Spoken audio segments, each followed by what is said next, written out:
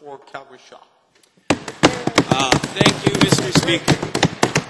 As always, it is a pleasure to rise and stand in this House, and tonight we are debating Bill 8, the Electric Utilities Amendment Act. Now, repealing of Bill 50 is a clear victory for all Albertans, not just those of us on this side of the House who have been advocating for it for years.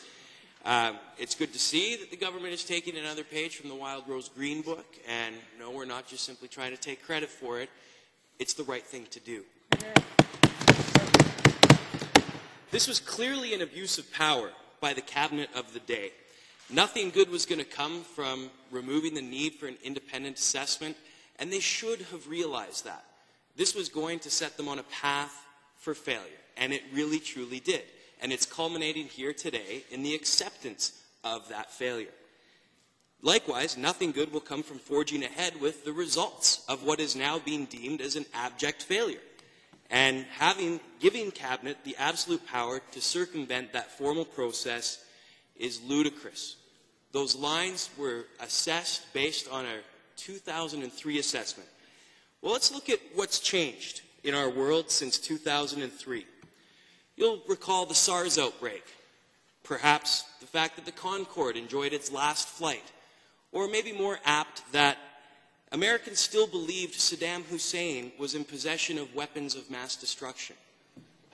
Clearly, we've come a little ways from there, and I think it's time to accept that within what we've done with Bill 50, or what was done by Cabinet at that time with Bill 50. The cost of natural gas is another factor that was here. It's been discussed earlier tonight, and it's a cleaner resource.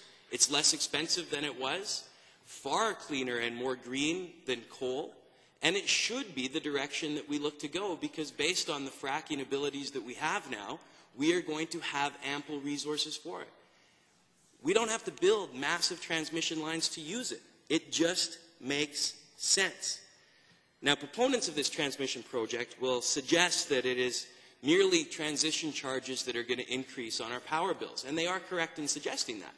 But what is that impact going to mean for people? It's going to be different from those of us in the city of Calgary under NMAX versus someone who lives in a rural environment when their transmission charges are much higher. So I ask you, for those of you, especially those of you who represent rural ridings, are you ready to go back to your constituents and tell them that you had a chance to fix this, but you chose not to?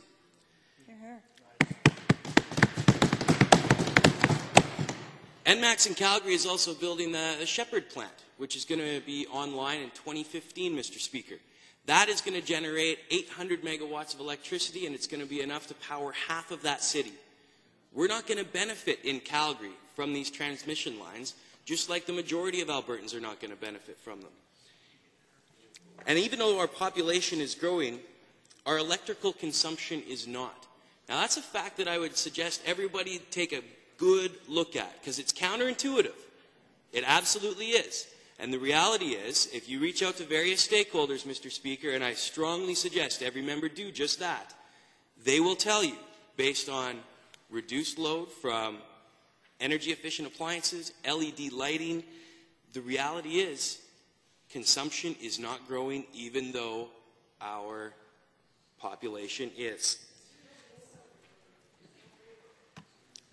Now, this situation really is not much different than a petulant child making a mistake, yet stubbornly insisting that they follow through just to merely make a point that they can.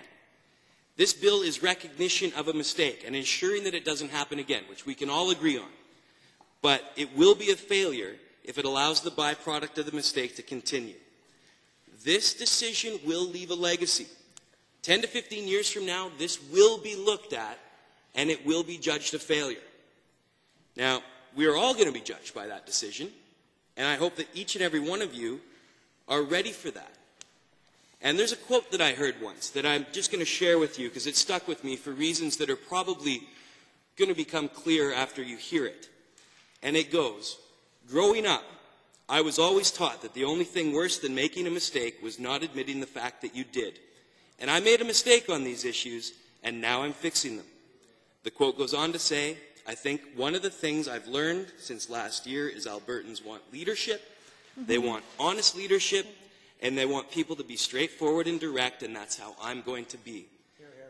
And I think that it's only fair that if that policy is going to guide this government in some areas, that it guide them in all. And I would hope that our Premier and her entire caucus would agree that just as it is unfair to place the burden of others' mistakes on a select few, it is equally unjust to ask others to pay for those mistakes as well.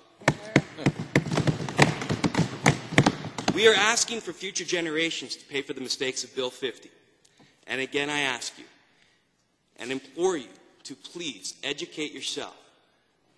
The member from Rimbey Rocky Mountain House Sundry would like nothing more than to have your time and to try and explain this to you. If you can have him do that. I know that it's a heavy issue, and but believe me when I say it is important. And just taking the government talking points and passing this without actually going back and looking at what Bill 50 created is a mistake. And I implore you, please, within your caucus, ask for free votes on the amendments. Educate yourselves and do the right thing. Thank you, Mr. Speaker.